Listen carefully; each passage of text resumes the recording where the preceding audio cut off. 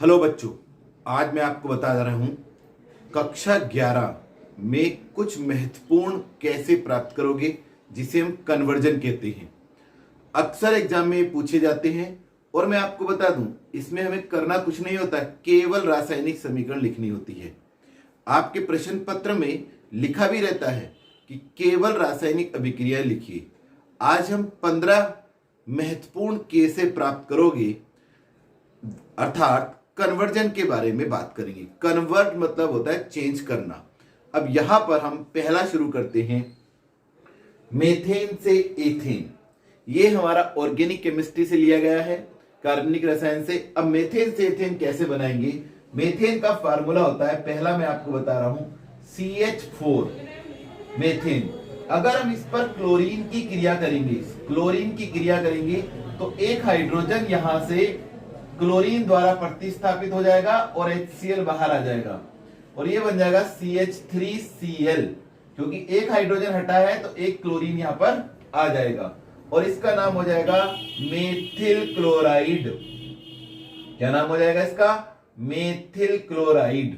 अब इस पर हम क्रिया कराएंगे वोल्टेज अभिक्रिया।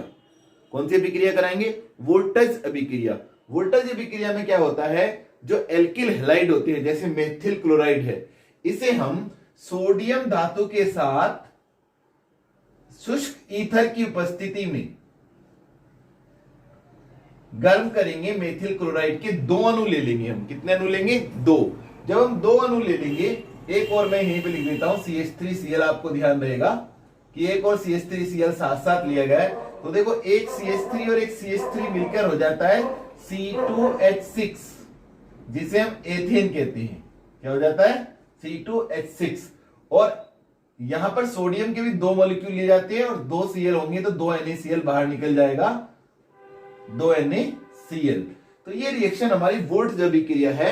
अगर आप यहां केवल वोल्टेज अभिक्रिया भी लिख देंगे, केवल वोल्टेज अभिक्रिया, तो भी हमारा ये सही माना जाएगा। अगर आप CH3Cl के बाद यहां वोल्टेज अभिक्रिया लिखें, सीधा एथेन लिख दें, तो भी हमारा ये सही माना जाएगा। तो इस प्रकार से हमने आपको दिखाया कि मेथेन से एथेन किस प्रकार से बना। अब दूसरा हम लेते हैं इसी का उल्टा, एथेन से मेथेन। अब एथेन से मेथेन कैसे बनाएंगे? एथेन से मेथेन में आप देखेंगे हमने लिया C2H6 एथेन और इस पर हम वही पहले की तरह क्लोरीन की क्रिया कराएंगे। एक HCl बाहर आ जाएगा, C2H5Cl। अच्छा यह है कि आप इनके नाम लिखते चलें जिससे आपको याद हो जाए। एथिल क्लोराइड, अगर आपको इस तरीके से आप करेंगे, एथेन क्लोरीन से क्रिया करके एथिल क्लोराइड देता है और लिखेंगे आप सूत्रों को, तो आपको इनके नाम भी याद हो जाएंगे। C2H5Cl की क्रिया हम कराएंगे KOH, और ये KOH होना चाहिए जलीय। अगर ये जलीय होगा तो हमारा C2H5OH अर्थात एथिल अल्कोहल बनेगा, एथिल अल्कोहल। और फिर हम इसका ऑक्सीकरण करेंगे। ये जलीय लिखना बहुत जरूरी है, क्योंकि अगर हमने जलीय नहीं लिखा तो ये अल्कोहलिक अगर होगा तो यहां एथिलीन बन जाएगी, इसलिए हमें जलीय लिखना बहुत जरूरी है। तो अब यहां पर हम ऑक्सीकरण करेंगे और ये बन जाएगा हमारा एक और यौगिक एसिटल्डिहाइड, CH3CHO, एसिटल्डिहाइड। आपको थोड़ा सा इसका प्रयास करना है, फिर हम ऑक्सीकरण करेंगे। तो ये एल्डिहाइड हमेशा एसिड बनाते हैं, तो ये बन गया भाई एसिटिक अम्ल। ये वही एसिटिक अम्ल है जो आप घर पर इस्तेमाल करते हैं, काय में? सिरके के रूप में, चाउमीन बनाने में। तो ये एसिटिक अम्ल बन गया और इसकी क्रिया कराएंगे हम NaOH के साथ। तो यहां पर एक पानी बाहर निकलेगा और CH3COO हो जाएगा। इसे हम कहते हैं सोडियम एसीटेट। और बच्चों, अगर आपको ध्यान हो, सोडियम एसीटेट को सोडा लाइन के साथ गर्म करने पर मेथेन बनती है, NaOH और CaO।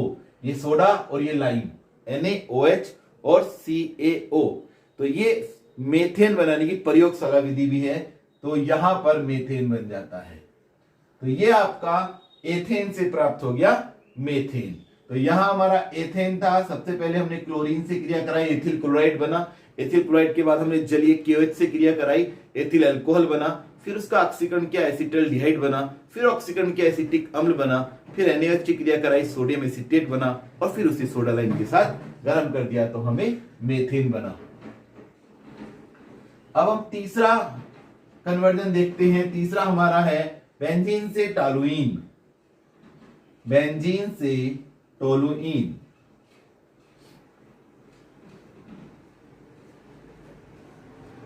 ये जो रिएक्शन है फ्रीडल क्राफ्ट अभिक्रिया के द्वारा करके दिखाते हैं।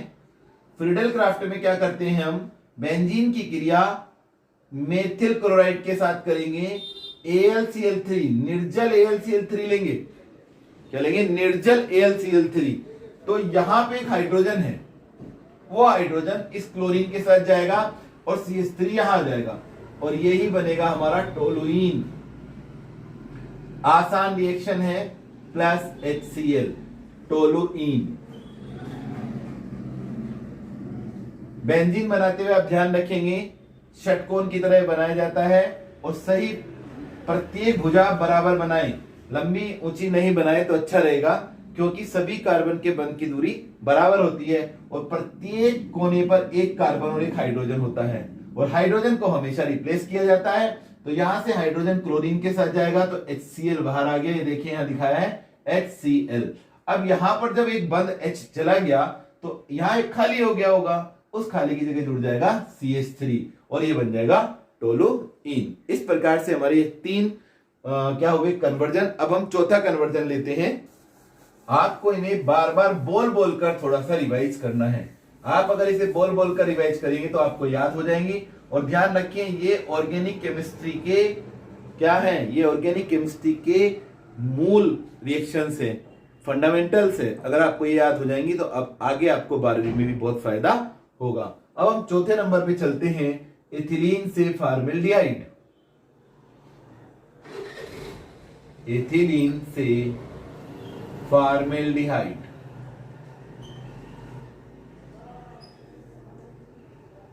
एथिलीन C2H4 होता है, जिसे हम ऐसे लिखेंगे CH2 डबल बॉन्ड CH2। इस पर हम O3 की क्रिया कराएंगे, ओजोन की। ओजोन की क्रिया कराते हैं तो इस पे योगात्मक क्रिया होती है और देखिए किस तरह से ओजोन दोनों बंद यहां से टूट गए, दोनों बंद ये डबल बॉन्ड गायब और एक ऑक्सीजन यहां, एक यहां और एक यहां, ऐसा एक टेंपल की तरह बनाएंगे, मंदिर की तरह एक एक बंद दिखाते हुए।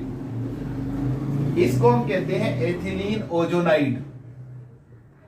बहुत आसान है, कुछ नहीं है, थोड़ा सा ध्यान रखना है कि दोनों बंद तोड़ के हम किस प्रकार से बनाते हैं, एथिलीन ओजोनाइड।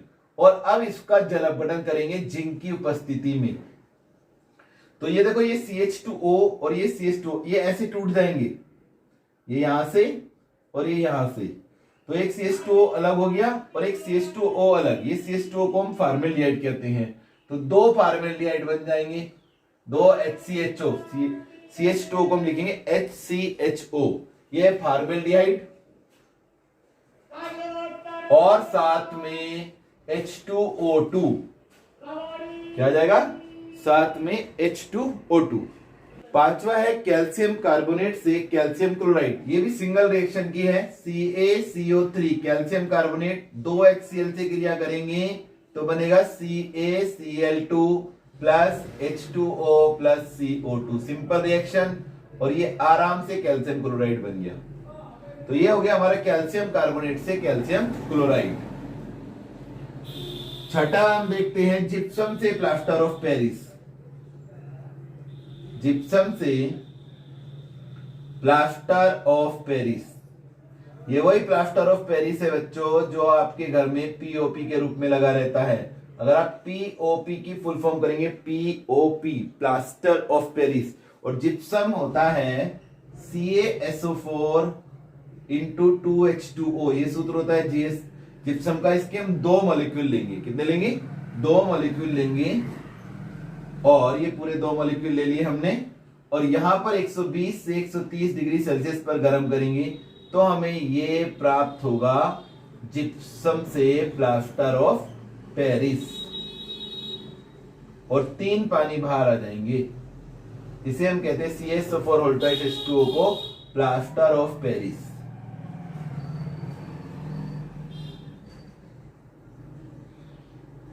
और ये हमारा जिप्सम। तो आसान है, इसमें कोई ज्यादा वो नहीं है। CH4 का होल ट्वाइस हो जाएगा, 1 पानी 7, 2 दूनी 4 पानी है, 3 पानी बाहर निकल जाएंगे। तो ये हुआ हमारे 6 हो गए। अब 7वें पे चलेंगे, सोडा से खाने का सोडा।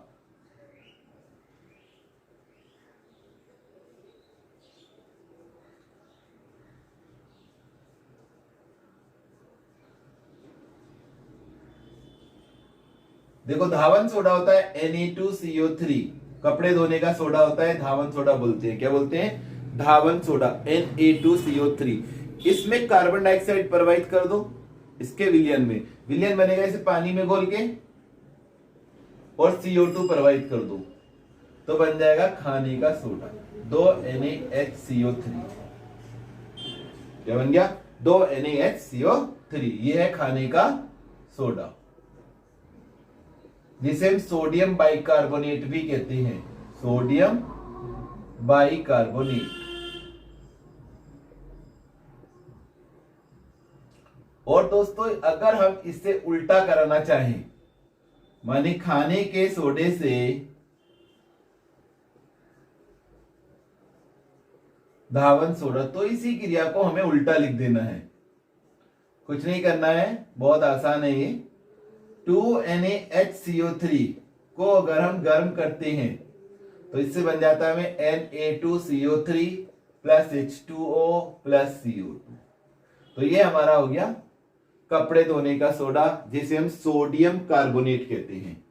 ऊपर वाला हमारा सोडियम बाइकार्बोनेट है और ये सोडियम कार्बोनेट। अगर इसमें आपको ऐसे भी लिखा आ जाए कि सोडियम कार्बोनेट से सोडियम बाइकार्बोनेट, तो भी आपको यही क्रिया करनी है। सोडियम बाइकार्बोनेट से सोडियम कार्बोनेट, तो भी आपको यही क्रिया करनी है। तो ये हमारे 8। अब हमारा 9वां कन्वर्जन है बोरेक्स से बोरिक अम्ल, फिर 10वां एसिटिलीन से बेंजीन, अमोनिया से सोडियम कार्बोनेट, फिनोल से बेंजीन, बेंजीन से गैमेक्सिन, एल्यूमिनियम कार्बाइड से मेथेन, और बेंजीन डाइएजोनियम क्लोराइड से बेंजीन। पहला करेंगे हम बोरेक्स से बोरिक अम्ल। बोरेक्स से बोरिक अम्ल आसान है, ये आपको थोड़ा सा अभ्यास करना है। बोरेक्स सूत्र होता है Na2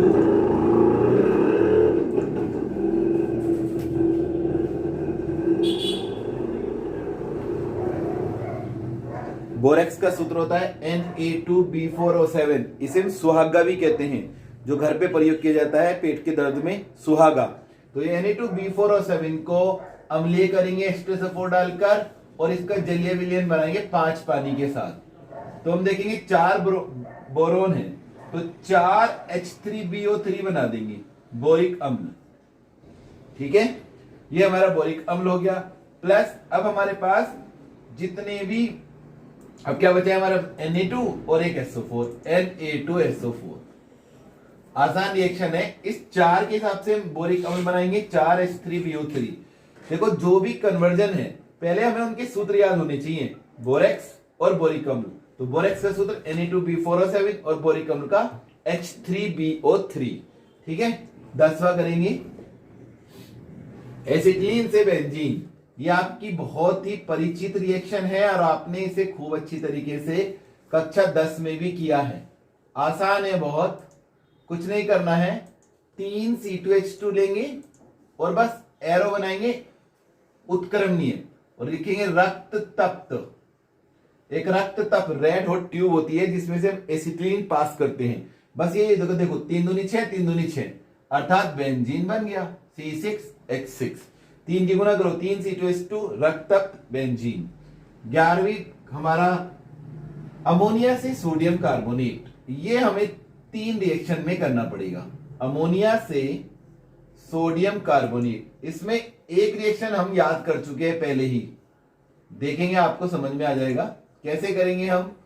अमोनिया को लो और उसका पानी के साथ विलयन बनाओ H2O और CO2 पास कर दो, उसके अंदर कार्बन डाइऑक्साइड। तो भाई एक यौगिक बनेगा अमोनियम बाइकार्बोनेट।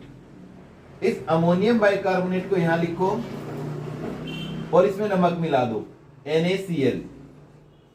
जैसे हम इसमें नमक मिलाएंगे तो देखो जरा यहां से, ये NH4 और ये Cl अलग, अमोनियम क्लोराइड, और बचा क्या NaHCO3।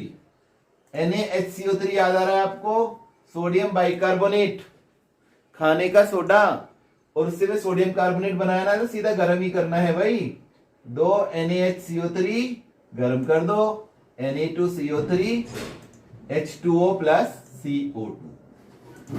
ऐसे हमारा ये सोडियम कार्बोनेट बनेगा अमोनिया से। इससे बनेगा अमोनिया से। अब 12 नंबर का हमारा कन्वर्जन है।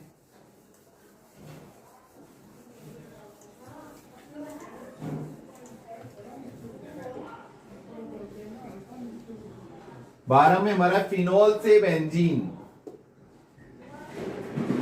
ये एक ही स्टेप की रिएक्शन है।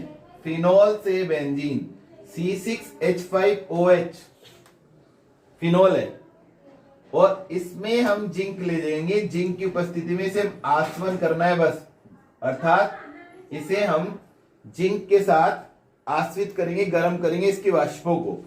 तो हम देखेंगे जिंक ऑक्सीजन ले लेगा और जिंक ऑक्साइड बना देगा, और यहां क्या रहेगा C6H5 और एक H, तो 5 और 1 6 बेंजीन तैयार, C6H6।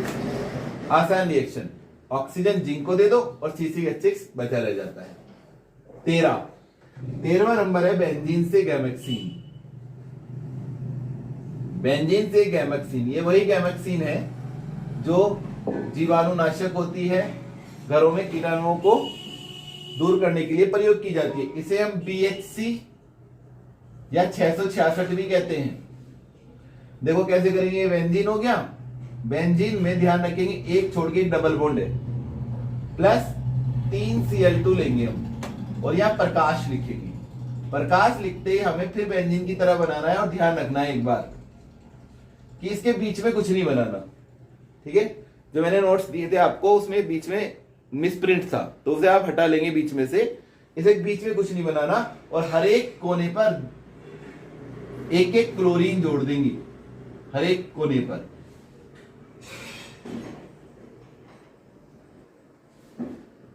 कोई बीच में बंद नहीं, ना गोला ना बंद। इसे कहते हैं हम, ये देखो कार्बन हो गया 6, हाइड्रोजन भी 6 और क्लोरीन भी 6, इसलिए इसका नाम है 666, और इसे हम कहते हैं बेंजीन हेक्साक्लोराइड BHC, और इसका जो गामा समावयवी होता है उसका नाम होता है गैमेक्सीन। तो ये हमारा गैमेक्सीन तैयार हो गया।